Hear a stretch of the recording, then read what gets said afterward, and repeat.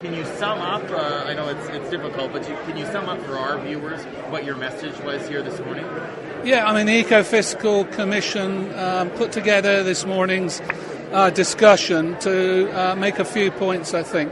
Probably the single most important one is that it is possible to have a very good environmental performance and a very good economic performance, and in fact the two are dependent on each other. So as we move forward at this very important time around public policy, it's important that we have the right environmental measures in there and that we stimulate a good economy. What does Suncor believe is the right balance of those measures? I think I know that there's a huge appetite for a very simple answer.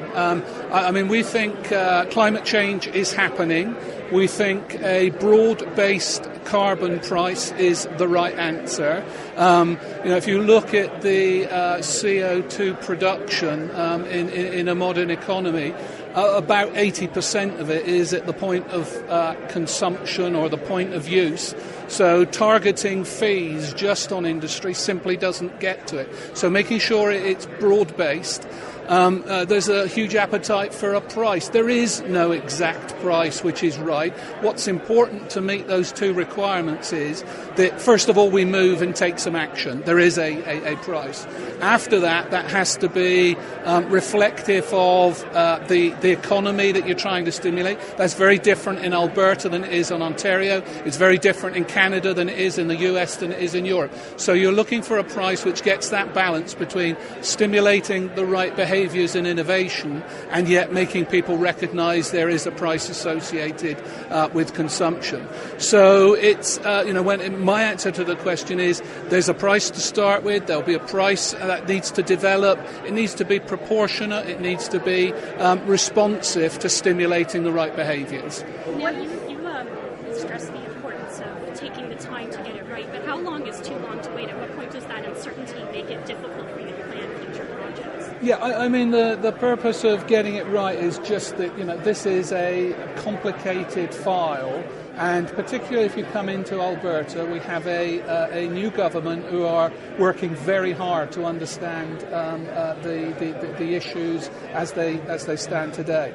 What we're trying to do is say they shouldn't feel the need to rush. If it takes weeks and months, that's okay, and we'll help with that process through the transition. Now, there are external requirements, and you've seen at provincial level and at the Canadian level responses. So the federal government has talked about its 2030 target of a 30% reduction. So action is taking. I think we're talking weeks and months, not delaying for years. And have you had a chance to talk to Premier Designate Lockley yet? The Premier Designate contacted me within 24 hours of being elected, and the sorts of conversation we had were around cooperation, around how we collaborate. It was around how we get this balance of economy and environment right, and I was very encouraged by those early conversations. You're talking about broad-based change, not only industry bearing the brunt of this, but also consumers as well. What do you exactly mean by that? Are you in favor of, say, carbon fees on utility bills and a higher price at the pumps, or what exactly? I'll start at the principle level, the philosophical level, and then the detail needs to be worked out away from here. But yes, absolutely that there is a broad-based, all CO2. But let me go back to first principles. Climate change is a global phenomenon. All CO2 molecules are equal. Doesn't matter where they come from, doesn't matter which country of origin they have, it's a global phenomenon. So it's really important that when we have policy, we get to that broad base of production of CO2. As you heard me say, 80% of it is produced at the point of consumption. So a realisation by the consumer is very important, because if you want energy efficiency, if you want people to change their behaviours and affect the demand side, you have to get to those users. So yes, a very broadly based tax where people realise what the prices are at the point of consumption. So from that perspective, can you comment further on the federal government's policies that they released last Friday that are very thin on details and amongst the lowest in the industrialized group of nations? Yeah, I mean, it's very easy to make absolute comments. What I would say is that it's a good step in the right direction. Is it the end game? I think we'll find out that as time goes on. But I spend a lot of time around the world, and Canada takes a lot of criticism around the positions it's taken.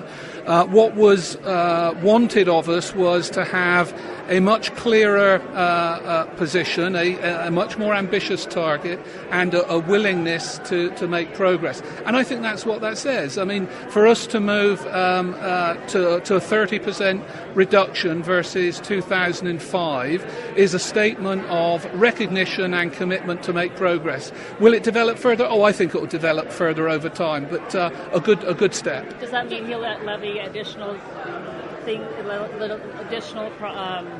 thresholds on the oil sands, because the oil sands were included in that policy? I mean, I think the detail of it is not crystal clear yet. I think what it is a statement of ambition and commitment, and a lot of, Canada, with our particular model of provinces and federation, a lot of that detail has to be handled at the provincial level. And what we've seen is some really encouraging movement. We've seen, I talked earlier about Alberta kicked it off. We clearly need to make more progress. Quebec, Ontario made some commitments about a system that it's proposing. So I think we're, provincially, federally, we're moving in the right direction. Is there an opportunity for the oil sands to take a lead on this then, given its bad environmental rep, to sort of step up and become leaders in reducing emissions? Absolutely. I think the only place that oil sands can be is at the absolute leading edge of best environmental technology development and application, and that's where we are trying to get. If you look at COSIA, it is a world-class organisation in terms of its ambition. We've put there's $1 billion of technology in there now. There's 750 pieces of intellectual property where we've dropped the barriers to others using it. So incredibly encouraging. Harvard see it is one of the most innovative technology alliances in the world. World-class companies like GE are in here as part of that now. So, I think we absolutely have to be at the leading edge, and that's where we're planning to be. So specifically, then, what is Suncor doing? Specifically, if you look at Suncor, I'll just give you 2 or 3 examples. I mean, clearly we're a founder member of COSIA and driving that. A couple of examples would be the in situ technology is the next generation of technology. One is to use we're piloting using solvents to take the energy requirement out of the equation in terms of extracting the bitumen. Another one would be, instead of using any form of direct heat, using microwaves or radio waves, and both look very encouraging. Steve, about the ester, without looking at the specifics of carbon pricing, as a model, what do you think about it? I think it had some real good benefits. It was a fee, so it put some pressure into the system. Those funds were targeted towards innovation in technology, which are part of the long-term answer. I think it was a great start. I think there's an opportunity to move on. Yeah, but you're Canada's largest company, as you point out, and you're saying, I don't like something that targets large emitters. Do you feel conflicted about saying that? No, all I'm saying is I think CEGA was a great start. I think we now need to move on, and we can move on to, it clearly... Other systems have developed. We've seen cap and trade. We've seen a broad-based carbon tax in British Columbia. It's okay for these things to evolve. You don't jump straight to the final solution. But Suncor saying that is in a curious position. We believe that a broad-based carbon fee is the appropriate answer for the next generation. So as we move forward, we want to see progress, and we think that's a broader-based tax. And Steve, there's a few balls in the air in terms of new taxes that could affect your company, including a royalty review and now carbon tax. do you think that the industry and Suncor is in a position to pay all of these a part of my speech this morning was about making sure that balance of economy and environment are taken together.